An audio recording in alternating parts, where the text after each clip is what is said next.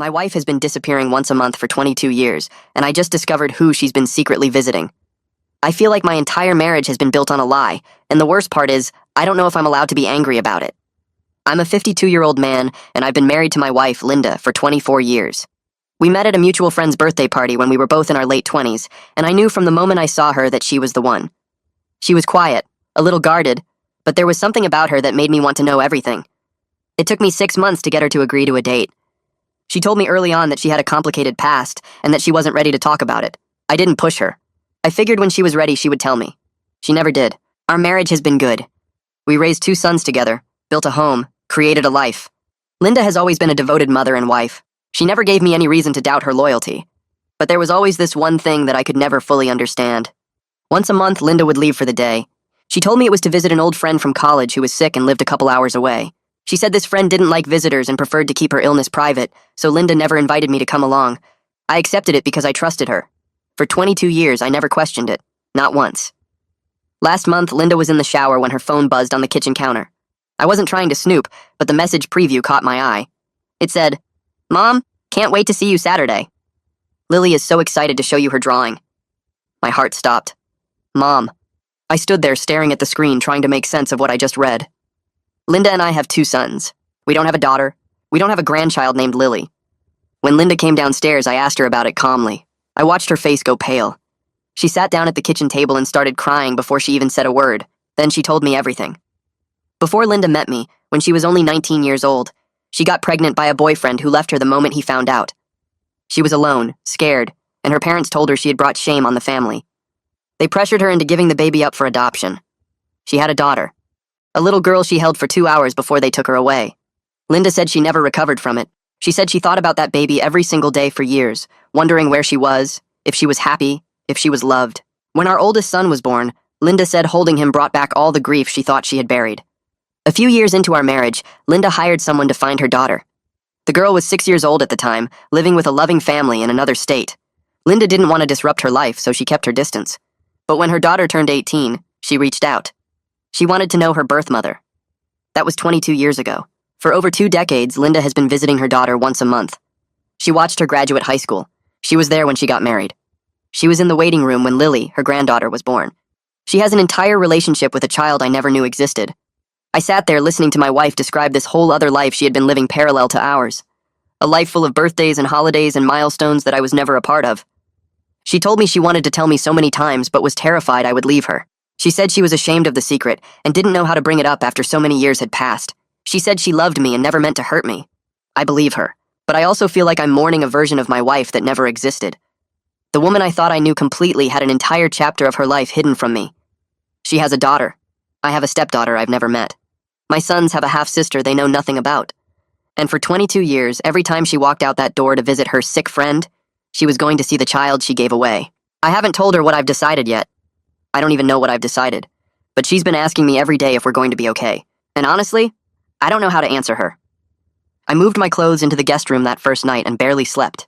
Every time I closed my eyes, I saw Linda walking out the door with her purse over her shoulder, telling me she'd be back by dinner. I counted backward through the years, trying to remember specific trips. The time she left on Tom's birthday weekend because her friend was having a bad day. The time she missed Jake's soccer championship because her friend needed her. All those moments I thought showed Linda's loyalty to an old friendship were actually her choosing her secret daughter over our family. I lay there in the dark, going through every monthly absence like flipping through a photo album, except now every picture had been ruined. On the second day, I went to work but couldn't focus. My coworkers asked if I was feeling okay and I told them I had a stomach bug. That felt easier than explaining my wife had been living a double life for 2 decades. I came home early and found Linda in the kitchen making dinner like nothing had changed. She looked at me with these hopeful eyes, like maybe I'd slept on it and decided everything was fine. I walked past her without saying anything and went back to the guest room. The third night, Linda knocked on the door around midnight. I pretended to be asleep, but I could hear her crying on the other side of the door. Part of me wanted to open it, to hold her and tell her we'd figure this out. The other part wanted to pack a bag and leave. I stayed in bed staring at the ceiling, listening to her footsteps fade down the hallway. On the 4th morning, I found Linda sitting at the kitchen table with her hands wrapped around a coffee mug. She looked like she hadn't slept either. I poured myself coffee and sat down across from her. I needed to understand how she actually pulled this off for 22 years without me noticing. She started talking quietly, explaining that she hired a private investigator 6 years into our marriage. She found out Melissa was living in a suburb about 2 hours north with her adoptive parents. Linda said she drove up there once, parked across the street from their house, and watched a 6-year-old girl play in the front yard. She didn't approach them or introduce herself. She just sat there watching her daughter live a life that didn't include her. When Melissa turned 18, Linda sent her a letter through the adoption agency. She said she waited 3 months for a response, checking the mailbox every single day. When Melissa finally wrote back, she said she wanted to meet her birth mother. Linda told me about their first meeting at a coffee shop, how Melissa looked so much like her that other customers probably thought they were sisters. She described the careful planning that went into every visit, how she scheduled them around my work trips or weekends when I had golf tournaments. She said Melissa's adoptive parents knew about the visits and supported them, which somehow made me feel even worse. Linda pulled out her phone and opened a photo album I'd never seen before. She turned the screen toward me, and I saw a young woman who could have been Linda at 25. Same dark hair, same green eyes, same small smile. Linda scrolled through pictures, and I watched Melissa's life unfold in images. Birthday parties with candles and cake, graduation photos in a blue cap and gown, wedding pictures where Linda stood off to the side, not in the family grouping but close enough to be included. Then photos of a tiny baby in a hospital blanket, and Linda told me that was Lily, born 3 years ago. I stared at a picture of Linda holding her granddaughter, and the joy on her face was something I'd never seen before. Not when our sons were born, not on our wedding day. This was different, like she'd been carrying a weight for decades and finally got to put it down. I realized my wife had been living 2 completely separate lives, and the one with me had always been missing something. The one with Melissa filled that empty space, and I was just now finding out it existed. I called Morris that afternoon because I couldn't talk to Linda anymore without wanting to scream or cry or both. He showed up at 7 with a 6-pack of beer and sat with me in the garage. I told him everything while we drank, and he listened without interrupting. When I finished, he asked me a question I'd been avoiding since Linda's confession. He wanted to know if I was trying to save my marriage or if I was looking for someone to tell me it was okay to leave. I didn't have an answer. Morris leaned back in his chair and said that Linda hadn't cheated on me, hadn't stolen money, hadn't done anything except love a child she'd been forced to give away when she was 19. He said the secret was wrong, but the love wasn't. I told him I didn't want to hear that right now, that I needed him to be on my side. He said he was on my side, which was why he was telling me the truth instead of what I wanted to hear. Morris kept talking, and his words made me angry in a way I couldn't explain. He pointed out that Linda had carried this alone for our entire marriage, that she'd been terrified of losing me if I knew the truth. He asked me what I would have done if she'd told me about Melissa on our 3rd date, or after our 1st anniversary, or when Tom was born. Would I have understood, or would I have seen her as damaged, as someone keeping secrets? I wanted to say I would have been supportive, but I honestly didn't know. Morris said that maybe my hurt wasn't the only thing that mattered here, that Linda had been hurting for 40 years over a baby she held for 2 hours. His words planted something in my mind that I didn't want there, the idea that I might not be the victim in this situation, or at least not the only victim. I finished my beer and told Morris I needed to be alone. He left, and I sat in the garage until after midnight, thinking about everything he'd said and hating that he was probably right. Linda came to me 2 days later while I was reading in the living room. She stood in the doorway looking nervous, and then she asked if she should cancel her next visit to Melissa. It was scheduled for Saturday, 5 days away. I looked at her and realized she was asking for permission, like I had any right to tell her she couldn't see her own daughter. I told her to go because I needed space anyway, and she nodded and left the room. After she walked away, I felt sick. I'd just given permission for the lie to continue, for her to keep living this double life. Except it wasn't a lie anymore because I knew about it now. But it still felt like deception, like I was agreeing to be the husband who stayed home while his wife visited the family he wasn't part of. I spent the next 5 days dreading Saturday, knowing that when she left, I'd be sitting in our house imagining what she was doing with them. Saturday morning came and Linda left at 8. She kissed my cheek before she walked out, something she used to do every time she left for her monthly visit. Now I knew she'd been kissing me goodbye before going to see Melissa. I sat on the couch after she left and tried to read, but I couldn't focus. I kept picturing Linda walking into Melissa's house, hugging her daughter, playing with Lily. I imagined Lily calling her grandma, the same way our son's future kids would someday. Except Lily got there first, and Linda had been her grandmother for 3 years without me knowing. The jealousy surprised me because I didn't expect to feel territorial about a title. But I did. I was jealous of Melissa for having Linda's attention one day every month. I was jealous of the relationship they'd built while I thought my wife was visiting a sick friend. I was even jealous of a 6-year-old girl who got to know her grandmother when my sons didn't even know they had a half-sister. The feelings made me ashamed, but I couldn't shake them. Linda came home around 7 that evening. She walked in with this careful expression, like she was waiting to see if I'd be angry or cold or silent. She set her purse on the counter and told me she'd told Melissa everything. She said Melissa knew now that I hadn't known about her, that Linda had kept her a secret for 22 years. I felt my stomach drop because this abstract situation had suddenly become real. It wasn't just Linda's secret daughter anymore. It was a real person who knew about me, who knew her mother had hidden her existence from her husband. Linda said Melissa wanted to meet me. She wanted to know her mother's husband, to understand the family Linda had built after giving her up. The request made everything worse because now I had to decide if I was ready to meet this woman, to look at her face and see my wife's features on someone I'd never known existed. I told Linda I needed time to think about it, and she nodded and went upstairs. I stayed in the kitchen, feeling like my life was spinning out of control. I decided to tell Tom first because he'd always been the more emotionally mature one, even as a kid. He came home from college for the weekend, and I asked him to sit down in the living room. I told him his mother had something she needed to explain, but I wanted to tell him first so he'd understand. Then I explained everything, watching his face change as the words sank in. He went through shock first, his eyes getting wide when I said his mother had another daughter. Then confusion, asking questions about how this was possible and why Mom never told us. Finally, something that looked like sympathy settled on his face. He asked if Mom was okay, and that question made me realize he was worried about her, not angry. He wanted to know if she was handling this, if she needed support. I'd expected him to be mad at Linda for lying, but instead he seemed concerned about how hard this must have been for her. His reaction made me feel like maybe I was the one being unreasonable. Jake's reaction was completely different. He came home the next day, and when I told him, he exploded. He asked why Mom had lied his entire life, whether anything else about our family was fake, if we even knew who she really was. His anger gave me permission to feel mine again, to stop trying to be understanding and just be hurt.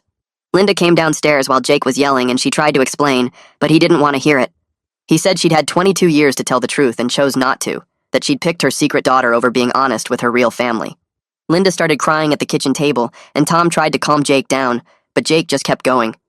He said he didn't know if he could trust her anymore, if anything she'd ever told him was real. Then he left, slamming the door behind him. Linda sat there crying while Tom rubbed her back, and I stood in the doorway watching both our sons process this bomb she'd dropped into our lives, not knowing what to do or say to make any of it better. I spent the next few days in a fog, going through the motions at work while my mind kept replaying Jake's words about not knowing if he could trust Linda anymore. Tom called me twice to check in, asking if I was okay, if Mom was okay, if we were all going to be okay. I didn't have answers for him. Linda moved through the house like she was walking on glass, careful not to make too much noise, not to take up too much space. She cooked dinner every night even though none of us had much appetite. She did laundry, paid bills, kept the house running like nothing had changed, but her eyes were red every morning and I knew she wasn't sleeping. My phone rang on Thursday afternoon while I was sitting in my car during lunch break. Cecilia's name appeared on the screen. I almost didn't answer because I wasn't ready to talk to anyone, but something made me pick up. She asked if I wanted to meet for coffee, just the two of us, and her voice had this gentle quality that made it hard to say no. We met at a small place near her house, one of those quiet cafes with mismatched furniture and local art on the walls. Cecilia was already there when I arrived, sitting at a corner table with 2 cups in front of her. She'd ordered for both of us, remembered that I took my coffee black. We sat in silence for a moment before she started talking about her sister, a woman named Ruth who'd given up a baby when she was 16. Cecilia described how Ruth had spent decades carrying that loss, how it shaped every relationship she had afterward, how she'd wake up on her daughter's birthday every year and spend the entire day unable to function. She told me about the shame Ruth felt, the way their parents had treated her like she'd committed some unforgivable sin, how Ruth had been sent away to have the baby in secret so the neighbors wouldn't find out.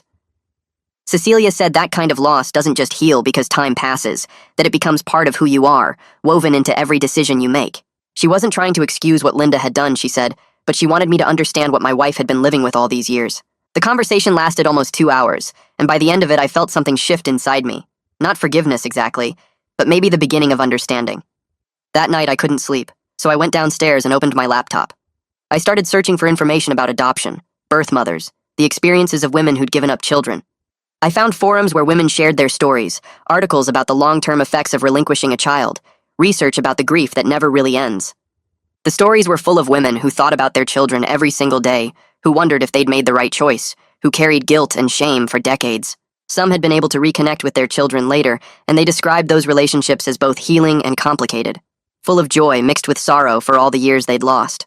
I read about women who'd kept their adoptions secret from their families, from their husbands, because they were afraid of being judged or rejected. I read about the pressure these women had faced from parents, from society, from everyone around them telling them they had no choice. One woman wrote about holding her baby for a few hours before the adoptive parents arrived, how she'd memorized every detail of that infant's face because she thought she'd never see her again. The post could have been written by Linda. I sat there in the dark living room, the laptop screen casting blue light across my face, and I started to see my wife differently. Not as someone who'd lied to me, but as someone who'd survived something I couldn't fully understand. I thought about 19-year-old Linda, alone and scared, being told by her own parents that she'd brought shame on the family. I thought about her giving birth and holding that baby, knowing she had to let go. I thought about the years she'd spent wondering if her daughter was okay, if she was loved, if she was happy. The next morning, Linda and I had our first real conversation since everything had exploded. We sat at the kitchen table with coffee, neither of us was drinking, and I asked her to tell me about it, all of it, from the beginning. She took a shaky breath and started talking about being 19 and finding out she was pregnant. Her boyfriend had left the moment she told him, just disappeared without even saying goodbye. Her parents had been furious, told her she'd ruined her life and embarrassed the family. They'd sent her to live with an aunt in another state for the last few months of the pregnancy so nobody in their town would know. Linda described the labor, how scared she'd been, how alone she'd felt even with nurses around her. Then they'd brought her the baby, a little girl with dark hair and tiny fingers that wrapped around Linda's thumb. She'd held her daughter for 2 hours while the adoptive parents waited in another room. Linda said she'd memorized everything about that baby's face, the shape of her nose, the way her mouth moved, the small birthmark on her left shoulder. She'd counted her fingers and toes, kissed her forehead, whispered that she loved her and that she was sorry. Then the social worker had come to take the baby away, and Linda had to hand her over, had to watch them carry her daughter out of the room. She said she'd screamed after they left, cried so hard she couldn't breathe and the nurses had to sedate her. Her parents had picked her up the next day and driven her home like nothing had happened. Nobody ever talked about it again. Linda wiped tears from her face and told me that for years afterward, she'd think about that baby every single day. She'd see little girls in the grocery store and wonder if one of them was her daughter. She'd calculate how old her daughter would be, imagine what she might look like, what kind of person she might become. Linda explained that when Melissa reached out at 18, it had been both the best and worst moment of her life. She'd been thrilled to hear from her daughter, to know that Melissa wanted to meet her, but she'd also been terrified about telling me. We already had Tom and Jake by then, we had our life together, and Linda was afraid I'd see her as damaged or dishonest if I knew about her past. She said she'd planned to tell me so many times, had rehearsed the conversation in her head, but she could never find the right moment. How do you bring up something like that over dinner? How do you casually mention that you have another child when your husband thinks he knows everything about you? The longer she waited, the harder it became, until the secret felt too big to ever confess. She said she'd been living in constant fear for 22 years, afraid that I'd find out somehow, that I'd leave her when I learned the truth. Every time she came home from visiting Melissa, she'd worry that this would be the day I'd figure it out. Linda looked at me across the table and said she understood if I couldn't forgive her, if this was too much, if I needed to leave. She said she'd spent our entire marriage knowing she didn't deserve me, knowing that she was lying by not telling me about Melissa, but she'd been too scared to risk losing what we had. I sat there listening to her, and something clicked into place in my mind. Linda had been carrying this alone for our entire marriage. Every happy moment we'd shared, every milestone with our sons, every quiet evening on the couch, all of it had been shadowed by her fear of losing me if I knew the truth. She'd watched Tom and Jake grow up while thinking about the daughter she'd given away. She'd celebrated birthdays and holidays while carrying grief for the child she couldn't acknowledge. The weight of that kind of secret, the constant fear of discovery, the shame she'd internalized from her parents, all of it had been with her every single day for decades. I understood now why she couldn't just casually mention it over dinner one night. This wasn't like forgetting to tell me about a college boyfriend or a job she'd had before we met. This was a fundamental part of who she was, wrapped up in trauma and shame and fear. The secret had become so big, so heavy, that there was no easy way to confess it. I looked at my wife, really looked at her, and saw the toll this had taken. The lines around her eyes, the way she carried herself like she was always bracing for something bad to happen, the careful way she moved through our life together. She'd been living in fear for 24 years and I'd never noticed. Morris called me that weekend and suggested couples counseling. I told him I didn't think it would help, that this wasn't something a therapist could fix, but he pushed back. He said Linda and I needed a neutral space to work through this, someone who could help us communicate without it turning into a fight. I was resistant to the idea because it felt like admitting our marriage was broken, but when I mentioned it to Linda, she agreed immediately. She said she'd go to counseling, she'd do whatever I needed, she'd answer any question I had. Her willingness, the almost desperate way she agreed, made me realize she was fighting for us in a way I hadn't fully recognized. We found someone named Joyce Wheeler who had good reviews and could see us quickly. The first session was awkward, both of us sitting on opposite ends of a couch in Joyce's small office, not sure where to start. Joyce asked us to explain what had brought us in, and Linda told the whole story while I sat there listening to her describe our marriage from her perspective. Joyce didn't judge or take sides. She just listened and asked questions that made us both think about things differently. By the end of that first hour, I felt like maybe we could actually talk about this without it exploding into anger and tears. Having a neutral space to voice everything, to say the things we'd been holding back, made the conversations less intense. We went back to Joyce the following week, and then again the week after that. In our third session, Joyce asked me what I was afraid of if I met Melissa. I'd been avoiding thinking about that question, but sitting there in her office with Linda next to me, I finally admitted it. I was scared of seeing how much Linda loved her. I was afraid that when I met Melissa, I'd see something in Linda's face that I'd never seen before. Some kind of love or connection that she'd never had with our sons. Joyce leaned forward and said something that stuck with me. She said love isn't finite, that Linda loving Melissa doesn't mean she loves me or Tom or Jake any less. Love doesn't work like a pie where each person gets a smaller slice when someone new is added. Linda can love all of us completely without any of that love being diminished. The idea seemed obvious once Joyce said it out loud, but I'd been operating under the assumption that Linda's love for Melissa somehow took something away from us. I'd been jealous of a woman I'd never met because I thought she was taking something that belonged to me and our sons. After that session, I told Linda I'd meet Melissa, but I needed it to be just the three of us first. No Lily, no Arnold, no extended family. I couldn't handle performing for an audience, pretending everything was fine when I was still processing all of this. Linda looked both relieved and scared when I said it, and I realized this meeting was just as hard for her as it was for me. She'd kept these two parts of her life separate for so long that bringing them together felt dangerous. What if Melissa and I didn't get along? What if seeing us together made Linda's fear of losing one of us feel more real? I could see all of that playing out on her face, but she nodded and said she'd arrange it. She'd talk to Melissa and we'd find a time that worked for everyone. Tom came home the following weekend and asked if we could talk. He said he'd been thinking about everything, about Mom's secret and Melissa and all of it. Then he told me he wanted to meet his half-sister eventually. Jake had said the same thing in a text message the day before, though his message had been shorter and less emotional. Tom seemed genuinely curious about this whole other person who shared his DNA, asking questions about what Melissa was like, what she did for work, whether she looked like Mom. His acceptance of the situation made me feel like I was the one being stubborn, the only person in our family who couldn't move forward.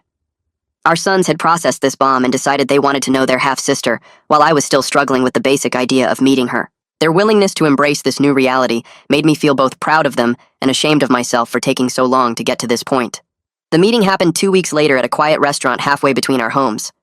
Linda had picked the place carefully, somewhere neutral where none of us would feel like we had home advantage. I was nervous the entire drive there, my hands tight on the steering wheel while Linda sat in the passenger seat giving me worried glances. We arrived first and got a table in the back corner, away from other diners. Then Melissa walked in, and I felt my breath catch because she looked so much like Linda. Same dark hair, same eyes, same way of holding her shoulders slightly hunched like she was protecting herself from something.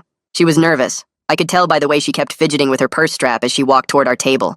Linda stood up and hugged her, and I watched them embrace, saw the easy affection between them that came from 22 years of monthly visits. Then Melissa turned to me and held out her hand. She thanked me for being willing to meet her, said she knew this must be hard, that she appreciated me giving her a chance. Her words made me feel guilty because she was thanking me for something I should have done weeks ago, for being willing to meet someone who was part of my wife's life, and therefore part of mine. We sat down at the table and I ordered coffee just to have something to do with my hands. Melissa ordered tea and Linda got water, and we all stared at the menus like they contained answers to questions none of us knew how to ask. The server came by and took our orders and left, and then it was just the three of us sitting in this uncomfortable silence that felt heavy. Melissa spoke first, asking me about my work and where I grew up. Basic getting-to-know-you questions that felt strange given the situation. I answered because what else was I supposed to do, telling her about the engineering firm where I'd worked for 20 years and about growing up in Ohio. She told me she worked as a teacher, 3rd grade, and that she loved kids even though they drove her crazy sometimes. She talked about her adoptive parents, how they raised her in a small town and gave her piano lessons and took her camping every summer. She said they were good people who loved her completely and never made her feel like she was anything other than their daughter.